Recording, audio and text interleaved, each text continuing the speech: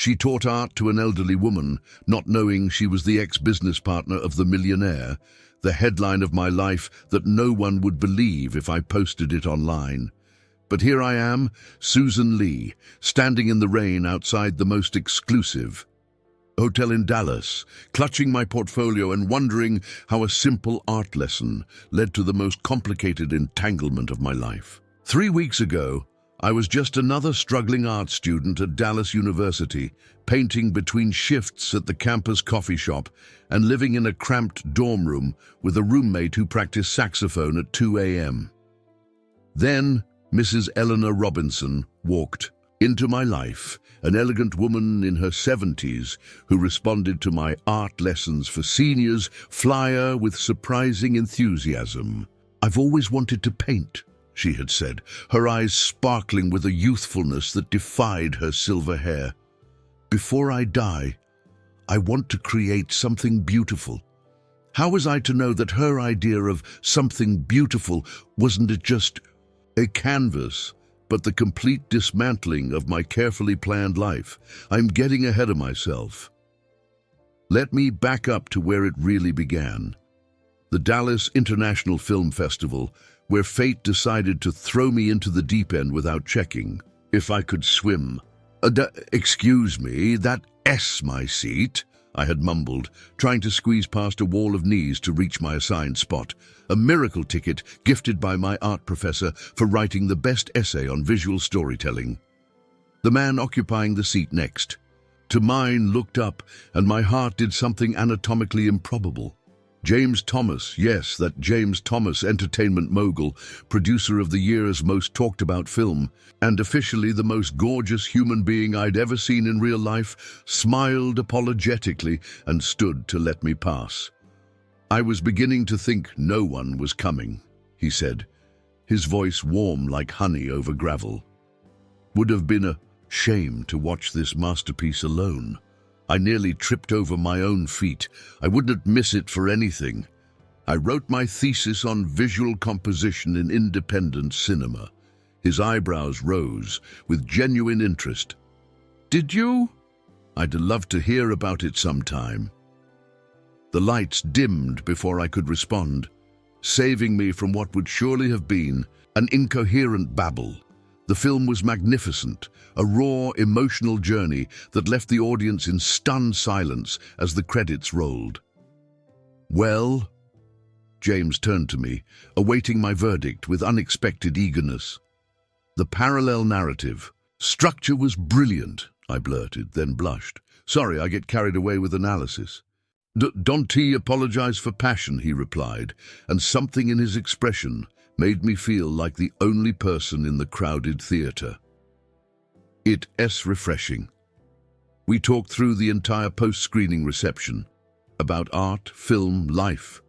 It felt surreal, like I'd accidentally walked into someone else's dream. When he asked for my number, I gave it without hesitation, convinced I'd never hear from him again. But the next morning, as I was setting up for Mrs. Robinson's first art lesson in her luxurious condo, my phone buzzed. "Dinner tonight? I know a place that serves the best Tex-Mex in Dallas." "James," I nearly dropped my palette. "Everything all right, dear?" Mrs. Robinson asked, adjusting her silk scarf. "Yes, just unexpected good news," I managed, heart racing. Mrs. Robinson smiled mysteriously. "The best things in life often are. Now, teach me how to capture light on water. I've waited 76 years to learn, and I don't have 76 more to waste." As I guided her hands to create her first brushstrokes, I had no idea that I was painting myself into a corner from which there would be no easy escape. Because Mrs. Robinson knew James Thomas. Oh yes, she knew him very well indeed. And that is how I found myself standing in the rain 3 weeks later, about to confront the man who just swept me off my feet with the devastating knowledge that would change everything between us. James Thomas lived in a hotel. Not temporarily, not between houses, permanently. The Grand Magnolia was his home, had been for 5 years, and this peculiar fact fascinated me more than his wealth or fame. "Don't you want somewhere that is actually yours?" I asked during our third date, a private dinner on the Hotel S rooftop garden. Dallas sparkled below us like a sea of earthbound stars. He twirled his wine glass thoughtfully. When you travel 9 months of the year, nowhere really feels like home. This place comes closest.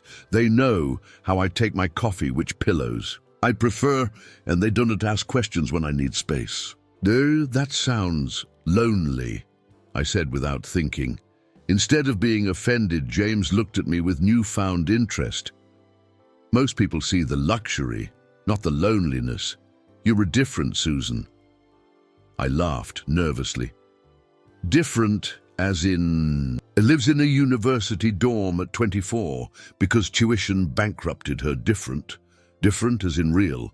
He reached across the table to touch my hand. Oh, do you know how rare that is in my world? Our relationship developed with dizzying speed after that night. James invited me to film industry events, introduced me to directors whose work I studied, and seemed genuinely proud to have me on his arm.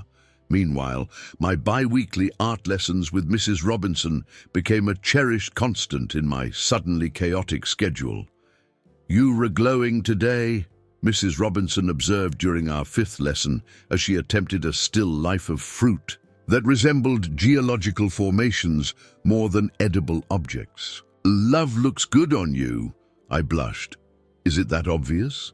"My dear, when you've lived as long as I have, you recognize the signs." She dabbed yellow paint onto her canvas with surprising confidence. "Tell me about him." So I did. How? James surprised me with books by my favorite authors, how he listened intently to my opinions on films, how he never made me feel small despite the gulf between our worlds. Mrs. Robinson listened attentively, occasionally asking questions that seemed oddly specific. And his production company, Pinnacle Entertainment, it is doing well. Very well, from what I understand. He is launching some big streaming project next month.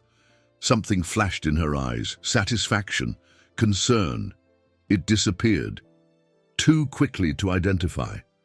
"Be careful with your heart, Susan," she said finally. "Men like that, their work often comes first." And I should have questioned her insight then, but I was too wrapped up in my fairy tale to notice the warning signs. The following week, James invited me to the preview of his new documentary series. As we walked the red carpet, cameras flashing around us, he kept me close. "They're going to ask who you are," he whispered. "What should I tell them?" The question caught me off guard. What were we? We hadn't defined it. "Tell them I am an art student who got lucky," I suggested. Lightly. He frowned. "That sounds like I picked you up at random. You're more important than that." Before I could respond, a reporter thrust a microphone toward us. "James, is this your new girlfriend? What happened to the collaboration with Eleanor Robinson? Is it true she is threatening legal action?" James' face hardened instantly. His arm around my waist tensed. "No comment on personal matters. The documentary speaks for itself. Excuse us." He guided me firmly inside, his jaw tight. "Who is Eleanor Robinson?" I asked once we were seated in the private screening room. "Ancient history," he replied curtly. "A business relationship that ended badly. Nothing worth discussing." I froze, my blood turning to ice. Eleanor Robinson, Mrs. Robinson. Suddenly, her oddly specific questions made perfect sense. "Is she about 76? Silver hair, always wears silk scarves?" James stared at me, color draining from his face. "How could you possibly know that?" The documentary began playing, but neither of us was watching. My mind raced through every conversation with Mrs. Robinson, reinterpreting her interest in me through this new lens. "Because," I whispered, heartbeat thundering in my ears, "I've been teaching her to paint for the past month." His expression shifted from shock to something darker. "Did she send you? Was this all some elaborate setup?" "What?" "No," I pulled away, hurt by the accusation. "I had no idea who she was until literally this second." James studied my face intently, searching for deception. Finding none, he sighed heavily. "We need to talk, but not here. Meet me at my hotel room after the screening." As we sat in silence through his documentary, I realized with growing unease that I knew very little about the man beside me. What had happened between him and Mrs. Robinson? Why did the mention of her name transform the warm, attentive James I knew into this cold, suspicious stranger? The documentary ended to enthusiastic applause, but all I could hear was the echo of Mrs. Robinson's words. "Be careful with your heart, Susan. Men like that, their work often comes first." James' hotel suite at the Grand Magnolia was exactly what you'd expect from a man who turned storytelling into an empire, tastefully luxurious without being ostentatious, with carefully chosen art that revealed more about his soul than any interview ever could. I stood awkwardly by the floor-to-ceiling windows, overlooking the Dallas skyline, arms crossed protectively over my chest. James poured 2 glasses of bourbon, handed me one, then took a long sip from his own. "Eleanor Robinson was my mentor," he finally said, staring into his glass, "and my business partner when I started Pinnacle Entertainment 7 years ago." "Your mentor?" I repeated, struggling to reconcile the gentle, somewhat clumsy artist I knew with the apparently formidable businesswoman James described. I was 28, full of ideas but with no connections or capital. Eleanor was already a legend in television production. She saw potential in me that no one else did. His voice softened with something like nostalgia. She invested everything in my vision for a new kind of production company. We were unstoppable for 5 years. "What happened?" I asked, though part of me didn't want to know. James' expression darkened.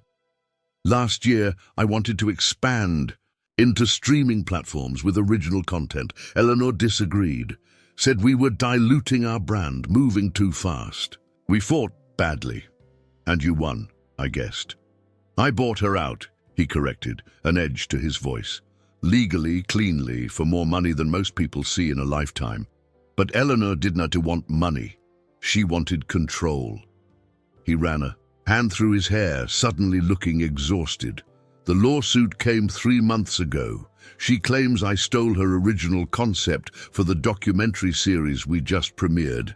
It is completely unfounded, but she was your mentor, so some of your ideas naturally evolved from conversations with her," I finished. James looked at me sharply. "Exactly. It's impossible to draw clear lines around intellectual influence. The case is weak, but the publicity is damaging, and the timing couldn't be worse with our streaming launch next month." I sipped my bourbon, wincing at the burn. "And now you think I am part of some elaborate scheme she cooked up?" "You have to admit, it's a hell of a coincidence. Or maybe it is just that, a coincidence." I set down my glass with more force than intended. Dallas isn't exactly New York. There are only so many wealthy elderly women interested in art lessons, and only one who happens to be waging a personal vendetta against me. James moved closer, studying my face. "What has she told you about me?" "Nothing, really. She asks questions sometimes, but I thought she was just being polite." I hesitated, though she did warn me to be careful with my heart. James laughed bitterly. "Classic Eleanor, always the chess player, 3 moves ahead." "So what now? Am I caught in some corporate tug-of-war between you two?" The thought made me feel slightly ill. "Should I stop teaching her?" "No," James said quickly, surprising me. "That might make her suspicious. Just be careful what you share, and maybe pay attention to what she says about me or Pinnacle." I stepped back, indignation rising. "You want me to spy on her? A 76-year-old woman who is paying me to teach her art? I'd be asking you to protect yourself, and yes, me too." He caught my hands in his. "Susan, this documentary series is everything to me. If Eleanor finds a way to delay the release or tarnish its reception, years of work go down the drain." His eyes, usually warm and confident, now held a vulnerability that tugged at my heart. This was the real James Thomas, not the polished media mogul, but a man who built something he was desperate to protect. "I won T-Spy," I said firmly. "But I won, don't let myself be used as a pawn either. If she asks direct questions about you or your business, I'll change the subject." Relief washed over his features. "That's fair, thank you." He pulled me into an embrace that felt both reassuring and somehow desperate. "I'm sorry you got dragged into this mess." Later that night, back in my cramped dorm room, I stared at my phone, torn between texting Mrs. Robinson to cancel our next lesson and messaging James to say I couldn't to see him again. Instead, I did neither, falling into a restless sleep filled with dreams of paint that transformed into quicksand, pulling me deeper with every struggle to escape. The next morning, I arrived at Mrs. Robinson's condo, precisely on time, my stomach knotted with anxiety. She opened the door wearing her usual silk scarf, this one patterned with what looked suspiciously like tiny film reels. "Susan, dear, I've been practicing those cloud techniques you taught me. Come see." I followed her to the sunroom our dream converted into an art studio, noting for the first time the subtle signs of her former career. Award statuettes partially hidden among bookshelves, framed photographs with celebrities now discreetly turned away. "Mrs. Robinson," I began carefully, "I need to ask you something." She looked up from her canvas, eyes twinkling. "Is this about James Thomas?" My heart skipped. "You know?" "My dear, I may be old, but I am not blind or stupid. Dallas is smaller than you think, especially in certain circles." She set down her brush with deliberate calm. "The question is, what has he told you about me?" Mrs. Robinson's sunroom suddenly felt airless. Afternoon light streamed through the windows, catching dust motes that danced between us like visual representations of unspoken truths. "He told me you were business partners," I said carefully. "That you had a disagreement about the company's direction." She laughed, a short, sharp sound unlike her usual warm chuckle. "A disagreement. How diplomatic of him. Did he also tell you that Pinnacle Entertainment was my brainchild? That the very name came from a production philosophy I developed over 40 years in the industry?" I shifted uncomfortably. "He said you were his mentor." Mentor. She tested the word like sampling a questionable wine. "I suppose that is one way to describe investing $3 million and my entire professional network in a promising young man's career." She moved to a sideboard and poured herself a small glass of sherry, not offering me any. I discovered James Thomas working as a production assistant on a miserable little reality show. He had ideas, brilliant ones, but no discipline, no understanding of the business side. I gave him both. The pride in her voice was unmistakable, as was the underlying hurt. "What really happened between you two?" I asked, abandoning pretense. Mrs. Robinson settled into her favorite chair, suddenly looking every one of her 76 years. "We built something extraordinary together. For 5 years, Pinnacle produced documentaries that mattered, stories that changed how people saw the world." She took a delicate sip of sherry. "Then streaming services started throwing obscene amounts of money at content creators. James wanted to expand rapidly, produce quantity over quality. I disagreed. And he bought you out," I supplied. Her eyes flashed. "He leveraged my own contacts to secure financing that diluted my ownership stake, then called a board vote while I was undergoing knee surgery. By the time I returned, I was presented with a fait accompli: take the buyout or be gradually pushed out anyway." I winced. If true, it painted James in a much harsher light than his version had suggested. "The lawsuit isn't about money," Mrs. Robinson continued, watching me closely. "It is about recognition. The documentary series that premiered last night was conceived during a retreat in Aspen 3 years ago. My idea, my contacts, my vision. Yet my name appears nowhere. "Why are you telling me this?" I asked, though I already suspected the answer. "Because you were clearly important to him, and you seem like a decent young woman who deserves to know what kind of man she is involved with." But she set down her glass. "And perhaps selfishly I thought you might help him see reason. You want me to convince him to credit you for the documentary." It wasn't a question. "I want what is rightfully mine. Acknowledgement of my contribution. Nothing more, nothing less." Her voice was steel wrapped in silk. "If James agreed to that, the lawsuit disappears tomorrow." I stood abruptly. "I'm not getting involved in this, Mrs. Robinson. Whatever happened between you two is your business, not mine." "Oh, my dear." Her smile held genuine sadness. "You'd already involved. The moment James Thomas noticed you at that film festival, you became part of this story." My head snapped up. "How did you know we met at the film festival?" Something flashed across her face, surprise quickly masked. An educated guess. James always attends the Dallas International. But the damage was done. A cold realization washed over me.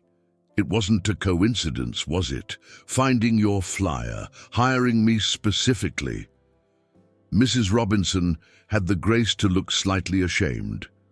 "I may have expedited our meeting, but your talent is genuine, Susan. I truly do want to learn to paint." "Did you know I'd to meet James that night? Did you arrange that too?" The questions tumbled out, each more horrifying than the last. "No," she said firmly. "That truly was serendipity. I only learned about it after the fact." "After the fact from whom?" My voice rose. "Have you been having me followed?" "Don't be dramatic." She dismissed my accusation with a wave. "Dallas society talks. Someone saw you together and mentioned it to me. Whether this was truth or another carefully crafted explanation, I couldn't tell. My head was spinning, trust crumbling on all sides. "I think we should end our lessons," I said, gathering my supplies with trembling hands. "Susan, please." For the first time, Mrs. Robinson looked genuinely distressed. "This isn't about using you. I'd grown quite fond of you, and I suspect James has too. Perhaps this situation brought us together for a reason." "I create art to express truth," I replied, zipping my portfolio closed. "Not to be manipulated into someone else's narrative." As I headed for the door, Mrs. Robinson called after me. "Before you run back to tell James everything, ask yourself this. If he could betray the woman who gave him his career, what might he do to someone who threatens his ambitions now?" The question followed me like a shadow as I left her building and walked aimlessly through the streets of Dallas, my heart and mind equally turbulent. Both James and Mrs. Robinson had compelling versions of their shared history. Both seemed sincere in their affection for me. Both had also clearly omitted crucial details and potentially manipulated circumstances to their advantage. By evening, dark clouds gathered over the city, mirroring my mood. Rain began to fall as I reached the Grand Magnolia, standing outside. Like a sodden, miserable cliché of indecision. James needed to know about Mrs. Robinson's revelations, but would telling him make me her unwitting pawn? Was staying silent making me his? I pulled out my phone and texted, "We need to talk. I'm outside your hotel." His response came seconds later, "Come up, room 1507. As the elevator climbed, so did my resolve. I would tell James everything, demand complete honesty in return, and then make my own decision about whether either of them deserved my trust or my heart. The hallway leading to Suite 1507 seemed to stretch infinitely before me, each step bringing me closer to a conversation that would change everything. I knocked, my knuckles barely making a sound against the heavy wood. James opened the door, immediately, as though he'd been waiting just on the other side. His expression shifted from welcome to concern as he took in my rain-soaked appearance. "Susan, you re-drenched." He pulled me inside, disappeared briefly into the bathroom, and returned with a plush hotel robe. "Here, change into this before you catch cold." The simple act of kindness nearly broke my composure. I accepted the robe with a mumbled thanks and changed in the bathroom, staring at my reflection in the mirror. The woman looking back at me seemed older somehow, wearier, her eyes holding questions that hadn't existed a month ago. When I emerged, James had poured 2 cups of tea and sat on the couch, his posture tense despite the casual setting. "You spoke with Eleanor," he said. Not a question. I nodded, taking the armchair opposite him rather than joining him on the sofa. "She had quite a different version of your history together." "I imagine she did." He sighed heavily. "What exactly did she tell you?" I recounted Mrs. Robinson's claims that Pinnacle was her brainchild, that James had manipulated her, ownership stake, that he de-timed crucial decisions around her surgery, that the documentary series originated from her vision. With each point, James's expression grew more pained, but he didn't interrupt.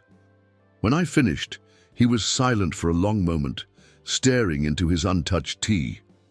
"There is truth in what she told you," he finally said, looking up to meet my eyes, "and significant omissions." He set down his cup and leaned forward.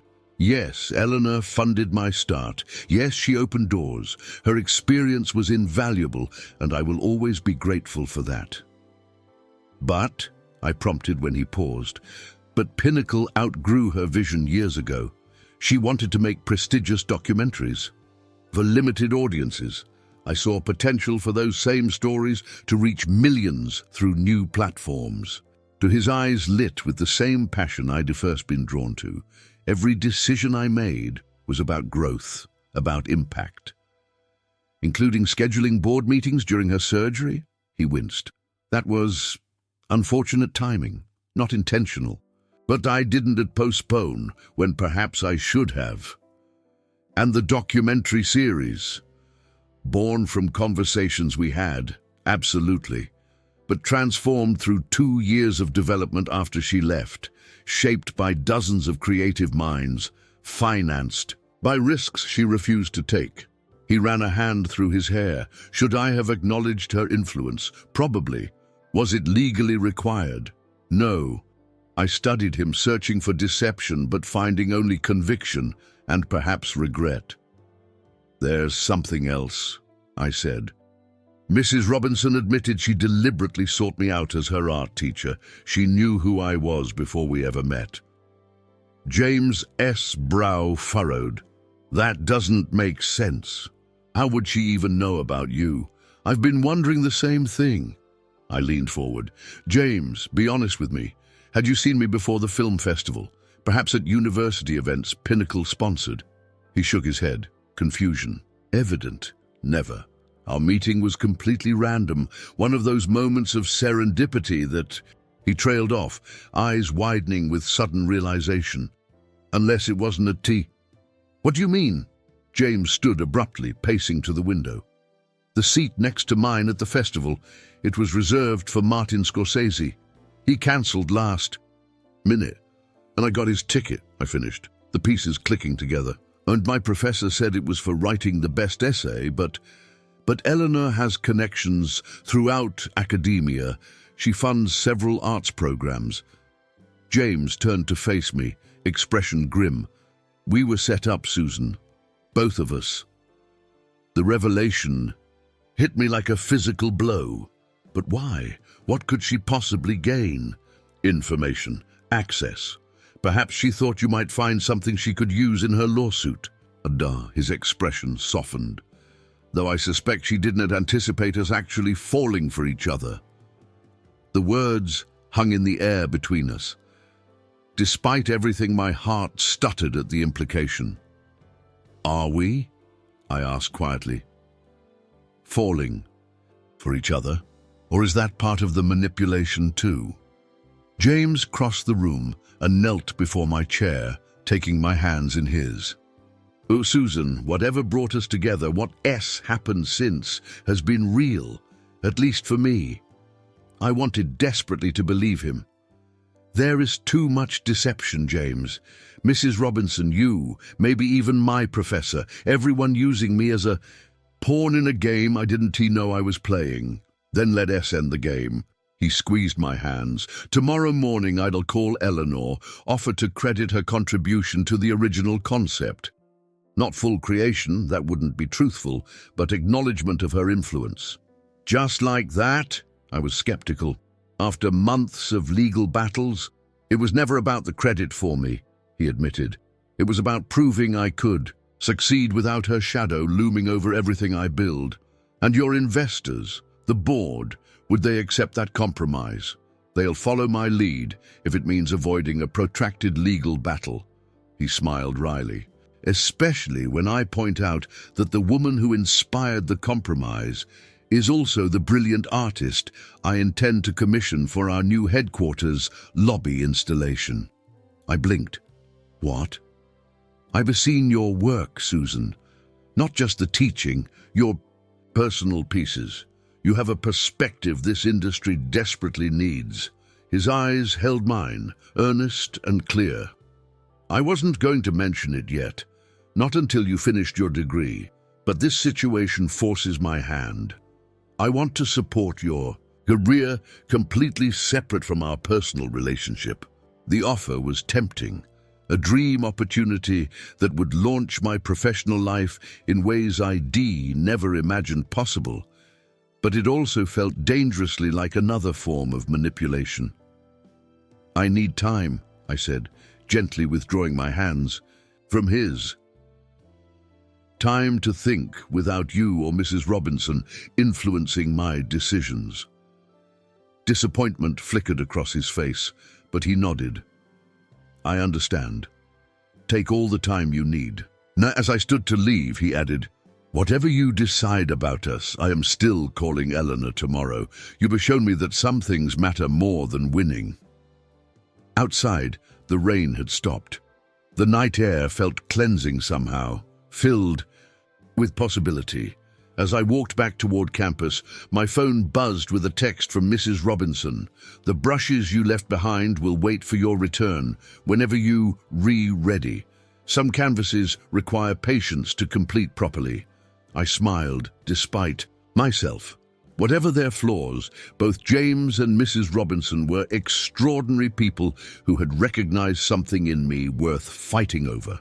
Perhaps the true masterpiece wasn't any painting or film, but the connections between us, complex, imperfect, and ultimately beautiful in their authenticity. My decision could wait until morning. For tonight, I would embrace the negative space of uncertainty, knowing that sometimes what isn't yet visible defines the composition as much as what is. Epilogue, Varnish. 6 months later, the grand opening of Pinnacle Dallas headquarters drew celebrities, business leaders, and art critics from across the country. At the center of the soaring lobby hung my triptych, 3 massive canvases, depicting the evolution of storytelling from ancient cave paintings to digital media. Each panel subtly incorporating elements of both James S. bold vision and Mrs. Robinson S. classical sensibilities. "And it is magnificent," James murmured, his arm around my waist, as we observed the crowd's reaction from a quiet corner. Though not nearly as magnificent as the artist. I nudged him playfully. "Careful, your business partner is watching." Across the room, Mrs. Robinson held court among a group of admirers, her silver hair elegantly styled, her trademark silk scarf, today patterned with paintbrushes, draped artfully around her shoulders. She caught my eye and raised her champagne, Glass in a subtle toast. The détente between them hadn't to come easily. My decision to step back for 2 weeks had forced both to reflect on what they truly valued. James had indeed called Mrs. Robinson with his compromise, credit for conceptual influence on the documentary series, but she had countered with a proposal of her own, reinstatement as a special projects consultant with creative input on selected productions. Their negotiation had culminated in an arrangement that leveraged their complementary strengths while respecting newly established boundaries. The lawsuit was dropped. The documentary series received critical acclaim, and Pinnacle's streaming initiative launched successfully with both their names attached. As for me, I had accepted James's commission on one condition: complete creative independence. My relationship with him would remain entirely separate from my professional work, a boundary he respected with unwavering support. "Shall we mingle?" James asked, nodding toward the growing crowd. The investors are eager to meet the artist, who designed what they are already calling the most ambitious corporate installation in Texas. "In a minute," I replied, savoring this quiet moment of reflection. "I am still processing how we got here," James chuckled. "Through perhaps the most elaborate matchmaking scheme in history, orchestrated by a surprisingly romantic septuagenarian." We both looked over at Mrs. Robinson, who was now engaged in animated conversation with my former art professor, her co-conspirator in the grand design that had brought James and me together at the film festival. When confronted about their scheme, Mrs. Robinson had been unapologetic. "I knew you needed someone who would value integrity over ambition, dear boy," she'd told James. "And Susan needed someone who could help her art reach the audience it deserves." "And she played us both," I observed, watching her charm the Dallas elite with the same expertise she once applied to television production. "Brilliantly," James agreed, though I cannot bring myself to regret the outcome. Neither could. In the past 6 months had brought challenges as James and I navigated the complexities of our relationship, my studies, his demanding career, the inevitable public scrutiny. But underneath it all ran a current of mutual respect that grew stronger with each obstacle overcome. I moved from my university dorm into a modest apartment of my own, close to James's hotel, but deliberately separate, maintaining independence, while building connection. Our story was still being written, each day adding new layers to the composition. "Ready now?" James asked, offering his hand. I took it, feeling the familiar warmth of his palm against mine. Ready. As we stepped forward to greet the waiting crowd, Mrs. Robinson caught my eye again and winked conspiratorially.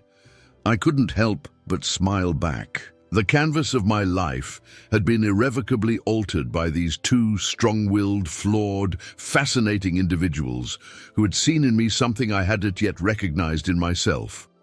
Sometimes the most beautiful art emerges from the most unexpected. Collaborations, a truth I was living proof of in more ways than one.